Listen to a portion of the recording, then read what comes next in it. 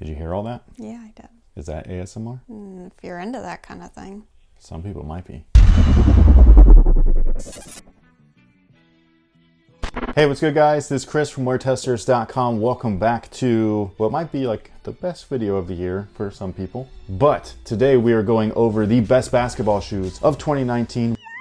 We did a mid-year, as we do every year, and just like every year, the list is just different, man. 2019 was a beast, especially for Nike, and I hate to say that. I like it when the lists are more well-rounded, but this is not a well-rounded list in terms of brands, unfortunately. It's disappointing to me. Really? Yes, there's no Adidas, and there's no Under Armour. And I believe both of those, or at least one of the two of those, was on the mid-year list. Because at mid-year, my favorite shoe at the time was the Curry 6. Right. And it just booted. This list, as usual though, is not the end-all be-all of lists. My list is probably going to be different than your list, which will probably be different than the next guy's list, and so on and so forth. So don't be offended if your shoe is or is not on here. This is just my personal picks, if you will, of what I feel like are kind of like the best or worst or most honorable mentions. But before we get into it, we do have a sponsor for this video, which we greatly appreciate. And it's from these guys right here, Random Objects. We've shouted them out before, and we're here to do it again. They make tons of great apparel. They made this hoodie right here, and it says fail better, which I think is cool. It's a little bit of like a motivational thing. If you're into that kind of stuff, if you like to be motivated or help motivate others with your clothing, check them out. Link is going to be in the description box below. Should we do the giveaway now, or should I wait till a little bit later? Let's do the giveaway and then get into the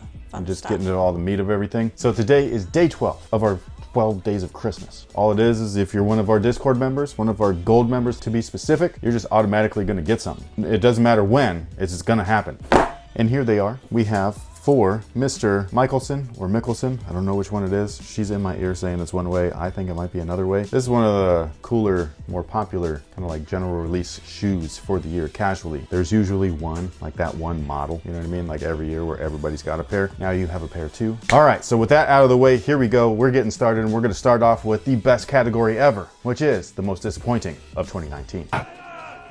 It's the Nike Kobe 4 Protro. It was probably one of my most anticipated shoes of 2019. Ended up being very disappointing, not because it's a bad shoe per se, but because of the infamous typo. For more on that, you can click on this video. Oh my God, for real. Click on that video if you want to see a grown man bitch about something. That's what happened. And on top of that, it was a Protro, and the whole purpose of a Protro is that it's a performance-based retro, and according to Nike and Kobe Bryant themselves, it's an updated or upgraded version of the original, and there was absolutely nothing updated or upgraded in the Kobe 4 Protro. Technically, they took out tech. They took out the Lunarlon forefoot, which also could be seen as an upgrade. Let's be real, because Lunarlon wasn't that great. It bottomed out real fast. So that is one of the most disappointing shoes. The other one is actually these guys right here. This is the Alpha Dunk, aka the Hyper Dunk replacement. But why? I don't know either. This thing is just all kinds of clunky. The upper was okay. The lockdown, decent. The cushion though, like look at that cushion. That screams, look at my cushion! But you couldn't even feel it. Like I was like, man, what a waste of a Zoom unit, dude. You know what I mean? The traction was,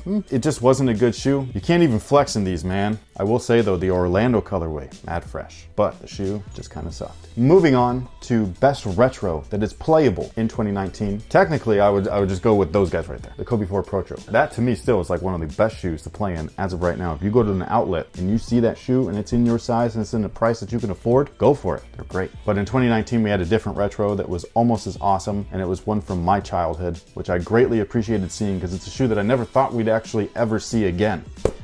And it's these bad boys right here. This is the Nike Zoom GP. Again, never thought I'd ever see these see the light of day, ever. But what they did though is they made these things damn near like the originals. They are missing the 4-foot articulated Zoom Air unit that was originally featured in the original Air Jordan 14. They don't have that tech in there. They do still have a 4-foot Zoom unit though. It's just a standard Zoom unit. So it's still good. It's still comfortable. It's still, people always say that this stuff's outdated. And it's like, you do realize that they still use this tech today. There's still Zoom Air in shoes. There's still Air in shoes because it's not outdated. It's still awesome. That's how far ahead of the game Nike was way back in the day, and they're still crushing it, man. So anyways, those are dope. What, you just told me to move it. Now, my favorite shoe of the year, my personal top pick, the one that I go with, like if I'm gonna go hoop and I need something reliable, I need something that I trust, that I love playing in, what I would consider the best basketball shoe, period, of 2019, the 34s, man. I love these. These are so awesome. They're not perfect, but they're awesome. They do have some flaws. Like I'm starting to pop out some of the stitching here every time I lace them up, so I don't know how much longer they're gonna last me, but that's covered under their warranty, so hey. Yeah, I love these things, man. I love the traction. I love the cushion. The forefoot is amazing. It's the zoomiest zoom of all zooms that I've said. It's still stable. But yeah, I really like these things. They kind of remind me of just a little bit of every Jordan visually. You got a little bit of the 29 in there, a little bit of the 12, a little bit of the 4, a little bit of the 14, all that kind of good stuff. It's awesome. But we're keeping it moving, right? Yeah. Now we have a couple of honorable mentions. These are not in the top picks list because there's only 5, but they're still great shoes. And one of them is the Nike Kobe Fast Fit. It's in the donation pile. And the reason why it's in the donation pile is because I normally don't have a lot of time to go back and play in shoes. Those I did. I made it a point to like keep playing in those every chance I could get, but most of the time I don't. So what I do when I'm done with all of these shoes is I either give them away or I donate them. I don't think that this was a great shoe. I think that it was a very good shoe. There was just so many other shoes better than it to me. However, I thought that I don't want to call it the introduction of, because it wasn't the introduction of the Fast Fit, but the use of the Fast Fit was so much better than the Air Jordan 33 that I was like, man, this is how like if you're going to do something gimmicky, at least make sure that it works really well and works for most people. And I feel like that shoe did that as long as you got them in your proper size. It was nice to see them not totally abandon their idea. Well, it will be interesting going forward to see if that happens. The next one is the, I keep wanting to call them hard courts, but it's not. The hardwoods. It's the hardwoods, the Clyde hardwoods. This, I wanted to put like, somehow slide these into my top picks list. I'm shocked. That's the thing. There's so many other shoes that are just a little bit better than these. Because these guys right here did lack cushion and the traction was great on a lot of floors, but when there was a lot of dust present, it was just like a dust magnet. What I really like about these though is 1, the aesthetics, and 2, the materials. I miss this stuff on basketball. If you're gonna do textiles, please put on some premium leather, like premium. Suede too. It's got a little bit of everything. It's got that classic styling. This is one of the shoes that you can actually wear on court and off court, no problem. No questions asked. Nobody would even like have like a second look and just be like, all right, Pumas, whatever. They'll actually give you a second look if you walk on the court in these. Not because they're super bright, although that might be one reason, but the second reason is just because Puma's still not like in the forefront of a lot of people's minds when it comes to performance basketball. We're moving on. And now we're getting into the meat of everything. This is the list? This is the list. This is the top 5 best basketball shoes of the year, minus the 34s, because that's just my personal one, even though if that was on this top 5 list, it would be at number 1. But this is the top 5, and we're going in order. Number 5 is not down there. That is in the donation pile, not because they're not awesome, it's just because I know that I'm not gonna wear them again, but it's the Jordan CP 3.12. It's probably one of the most slept on shoes. What, you know exactly where those are too? Yeah, I do. Why didn't you say something? I went through the list. You didn't tell me your list. This is a surprise to me. I'm pretty sure I did. But the CP 3.12, it reminded me a lot of the Air Jordan 29. Take that for what you will. Great traction, materials, damn near identical to the 29. 4-foot zoom, which you can feel. If I was gonna compare it with anything, it felt like the Air Jordan 13 cushion-wise had a baby with the Air Jordan 29. And that's kind of what it was. It had the 13 on the inside and then the 29 on the outside as far as the material panels go. I just think it's a great shoe, super slept on. You can probably get those. I think they retail for under 100. They were very cheap. Well, cheap in comparison to everything else, but it's one of those shoes that's just nobody cares, and so it's going to get, you know, price cut. You can probably get those for mad cheap. Number 4, the shoe's so nice I bought them twice. I think that this is a fantastic shoe. It's got a really fucked up fit though. You got to try these on in store, man. But yeah, these guys right here, much like the Puma hardcourts, or Hardwood. I did it again. Much like the Puma hardwoods, these guys right here brought back textiles and premium materials, but they did so with much better traction and way better cushion. So that's why, like, if we're gonna compare those two, they're kind of similar. I would go with the Kyrie's just because traction is more consistent, cushion was much more comfortable, much more, I don't know what to call it, but like more people would like step in this shoe and be like, ooh, those are comfy, instead of the hardwoods, not the hardcourts, because that's not a shoe. So yeah, these are great. I'm not gonna throw these because I fucking like these. Well, I mean, I liked all the other ones, but they're all beat up from playing. Those are still brand new. Number 3.